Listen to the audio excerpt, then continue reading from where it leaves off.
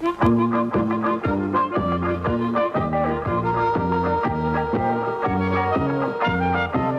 all over the countryside, ask the Leylands, ask the Leylands. Travel all over the countryside, ask the Leyland Brothers. Whatever it is that you want to see, ask the Leylands, ask the Leylands. No matter whatever that happens to be, ask the Leyland Brothers. Come on, me in and join in the fun. Travel all over Australia.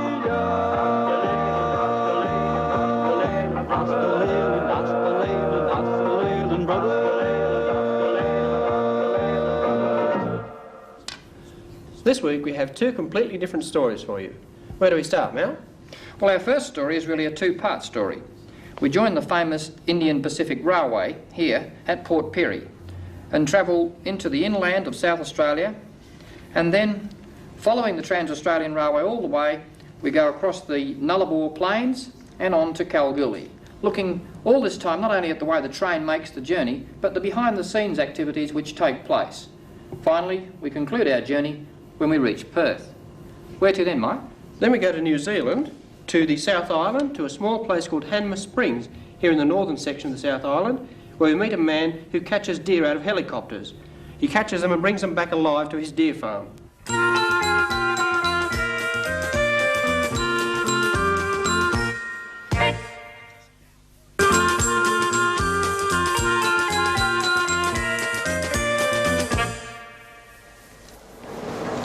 At the moment I'm on platform 2 at the Port Pirie railway station, and we've come here to answer a request from Julie Orr and Sally Ann Parker.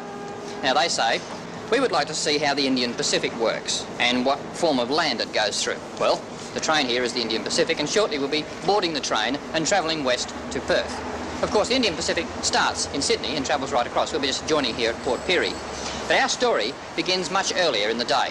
We'll go back now and have a look at some of the preparations which take place prior to the train leaving Port Pirie. At Port Pirie, a complete train is made ready to accommodate the travellers joining the Indian Pacific here. The carriages of the Trans-Australian train, as this new section is known, are cleaned down thoroughly, both on the outside and on the inside. Each individual cabin is cleaned out and disinfected prior to the new passengers joining the train. These small but amazingly functional rooms provide facilities such as a bed, table, lounge chair, toilet and hand basin.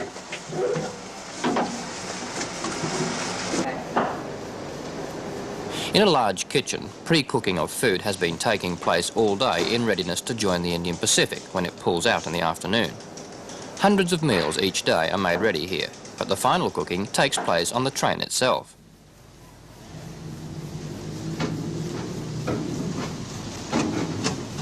About half an hour prior to departure, the vehicles of those travellers who are taking their cars with them are loaded onto the flat cars. These vehicles will travel at the back of the train and will be offloaded at Perth.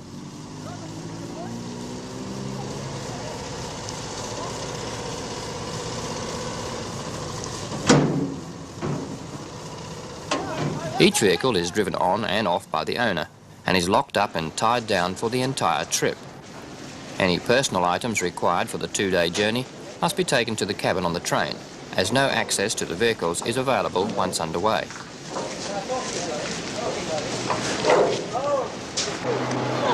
Each carriage has its own steward, who greets each passenger and sees to their requirements throughout the journey. Pretty good. This car 1. Right. Check the ticket for you. Car 1, 5 and 6, Mr. and Mrs. Leyland. That's correct, sir. Thank you very much. Yeah. Just help you on board again. Thank you.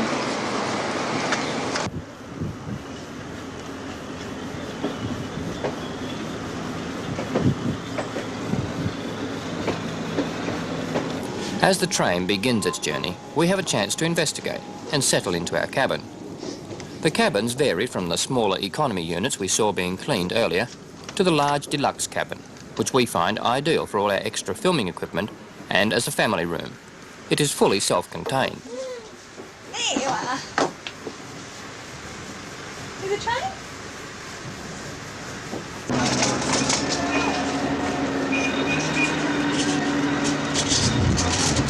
Pulling slowly out of the Port Pirie rail complex, the Indian Pacific will travel 2,439 kilometres to Perth. Much of this journey passes through some of the driest and most desolate country in the world.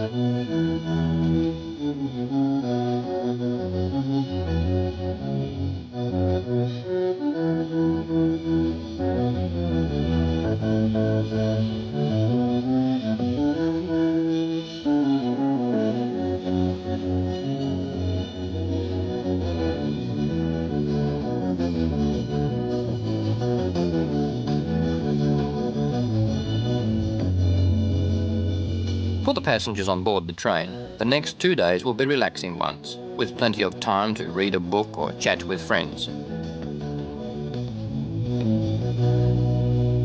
At regular times each day, meals are served in the dining car, and shortly after departure from Port Pirie, the evening meal is ready.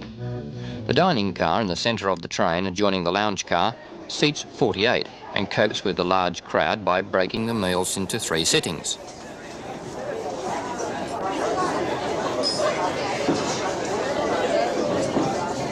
The service is swift and efficient.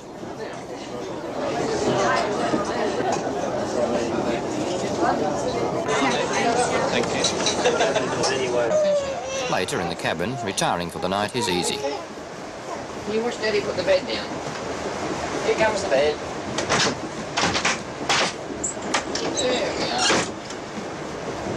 are. The rain emerging from the shower is ready to be rocked off to sleep by the gentle movement of the train as it speeds through the night towards the Nullarbor desert. We'll take a look at the second half of our journey after this break. Right.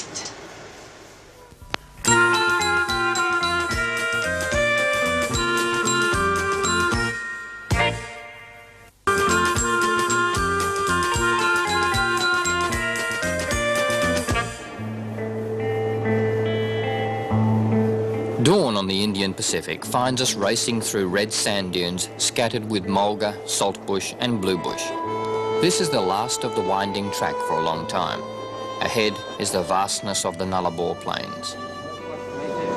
Well, at the moment, we just had breakfast and we're settling into what will be our first full day on board the Indian Pacific. It just depends on your point of view. You might regard the country we're going through now as one of the most interesting or perhaps the most uninteresting parts of Australia. It's the Nullarbor Plain.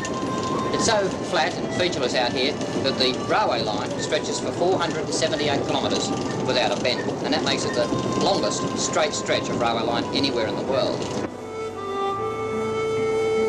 The word Nullarbor is Latin and means no trees. This plain is a vast raised plateau of limestone which receives so little water it supports only the poorest of vegetation.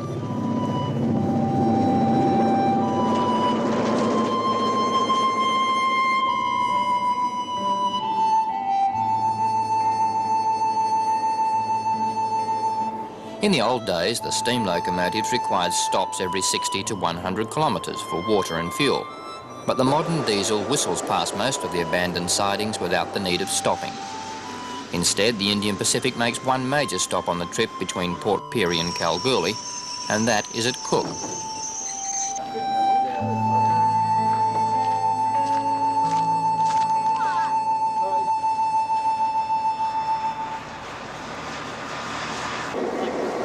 Fill her up, please. How much will she take? Oh, about 3,000 gallons. After a stop of around 20 minutes, which is the only time the passengers can get off the train, the Indian Pacific is scorching across the desert once more. In the short stopover, it has refuelled and replenished the water tanks. On board, the passengers can relax in the club car lounge, where there is a bar for drinks and refreshments and plenty of card tables. Here, while the passengers relax in the air-conditioned comfort, there are other parts of the train where work is the order of the day. The engine driver has little to do on this long, straight stretch but watch for unexpected obstacles on the tracks.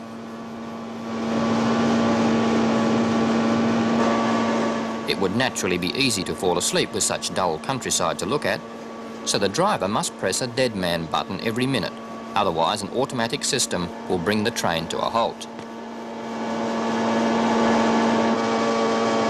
The co-driver periodically checks on the massive 3,000 horsepower engines of the locomotive to see that all is running properly. It is so noisy here that earmuffs are essential to avoid injury to the ears.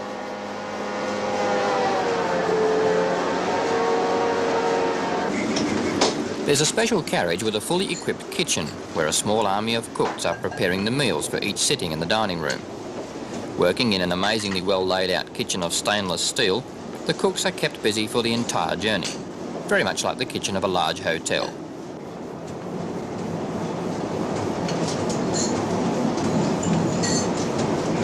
The passengers receive a 4-course meal at each sitting, with a reasonably good range of alternatives to choose from. This style of living is one of the few old-world ways of life which still cling on from the past. Back in 1917, when the first steam locomotive thundered across the Nullarbor, the style was very similar. The railway line was constructed between 1913 and 1917 and consumed over 2.5 million sleepers.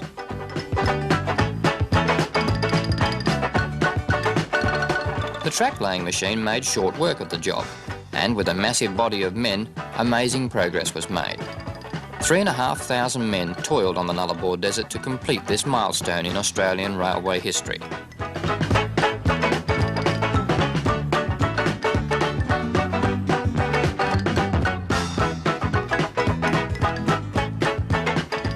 And with the line open, passengers began to travel in style across this hitherto inaccessible wilderness.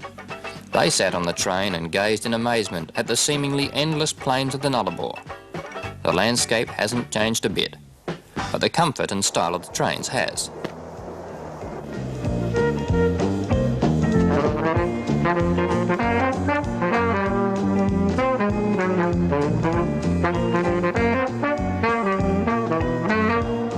With the passage of the second night, we have passed through the gold mining town of Kalgoorlie and soon find ourselves in the lush green valleys approaching the city of Perth. The Swan River is crossed, sure sign that we will soon be pulling into the modern rail terminal at Perth to mark the end of one of the world's longest train journeys.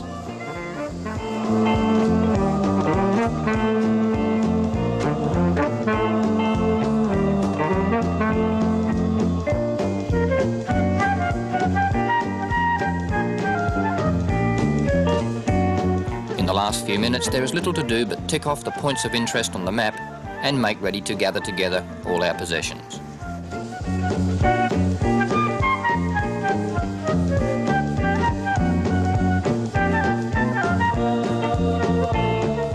With 2,500 kilometres of rail travel behind us and nearly 4,000 kilometres for those passengers who have come all the way from Sydney, there is only one thing left to do: collect the car. This somewhat undignified way of unloading seems rather an anticlimax to an otherwise perfect journey, but we're assured that a proper loading ramp will soon be constructed. For Julie Orr and Sally Ann Parker, who wrote and asked to see it, we say thanks, for the Indian Pacific is one of the world's great trains.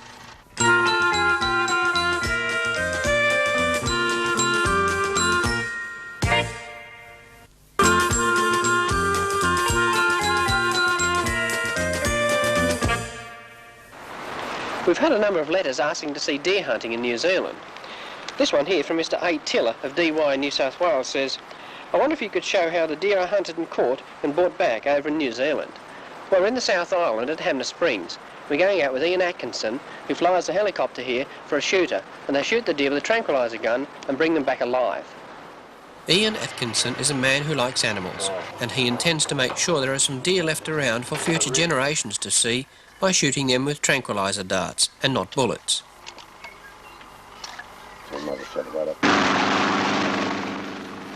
Deer shooting for game meat is big business in New Zealand, with squads of helicopters and shooters flying every day the weather permits all over the South Island. The deer are shot from choppers like Ian.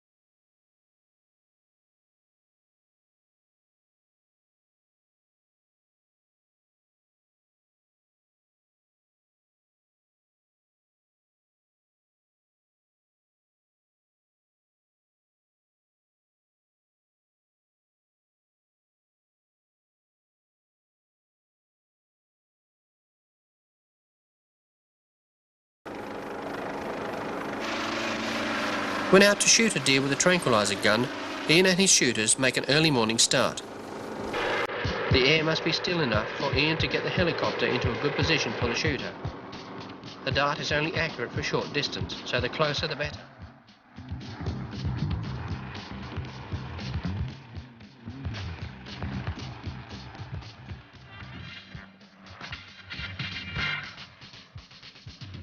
Looking down the gun barrel, you can see how close he has to be to make the dart count.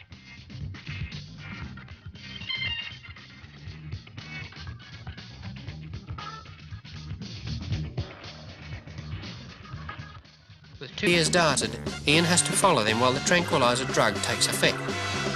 A female called a hind has been darted, as well as a young stag whose antlers haven't grown yet. They are both red deer. It can take up to 10 minutes for the animals to stop and collapse. A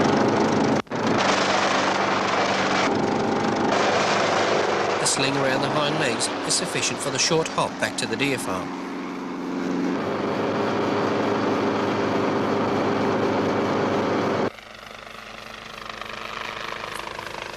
The Woodbank Game Park is open to the public, and Ian believes that if the shooting of wild deer continues at the present rate, there'll be no place left to see deer except on farms like his.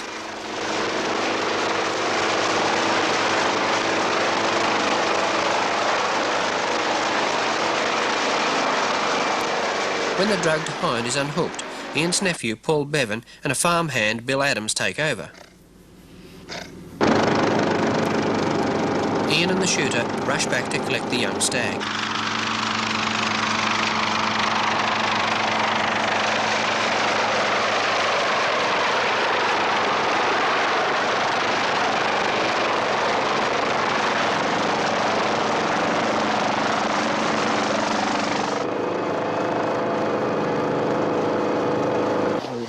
Paul finds the young stag is starting to come around already. You don't mind the action when he's half stupid.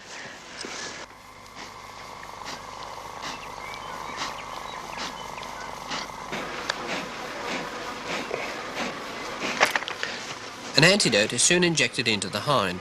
It's about 30 minutes since the deer were tranquilised in the mountains behind Ian's property.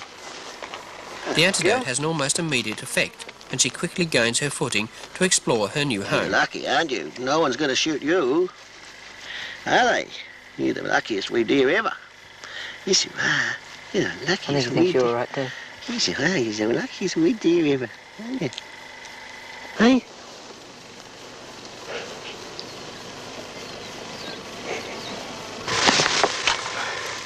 Ian numbers all his deer with plastic ear tags, so that records can be kept of the breeding stock. There we are. Oh, there. There you go, there you go.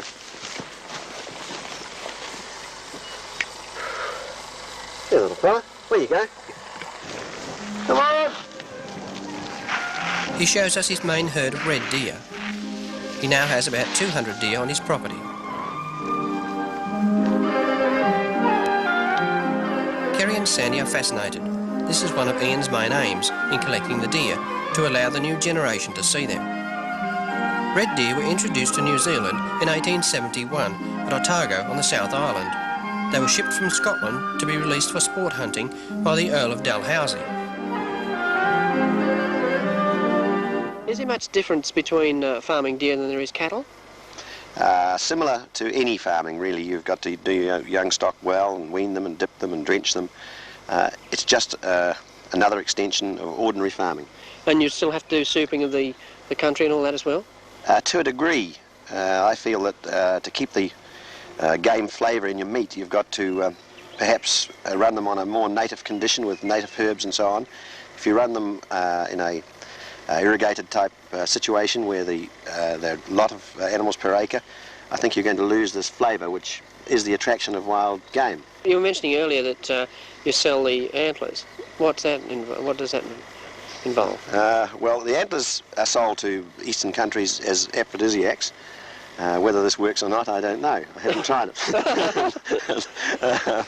but I am assured on very good authority that it is a good thing and does work.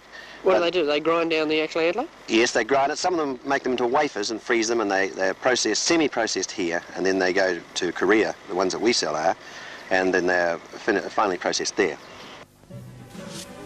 Ian Atkinson plans to farm the deer for meat in the future when the herd is built up enough. Ian estimates he'll need about 3,000 head before that would be worthwhile. Ian loves his helicopter as much as he loves his deer, and he uses it instead of a motorbike or horse to move deer, cattle or sheep from one paddock to another.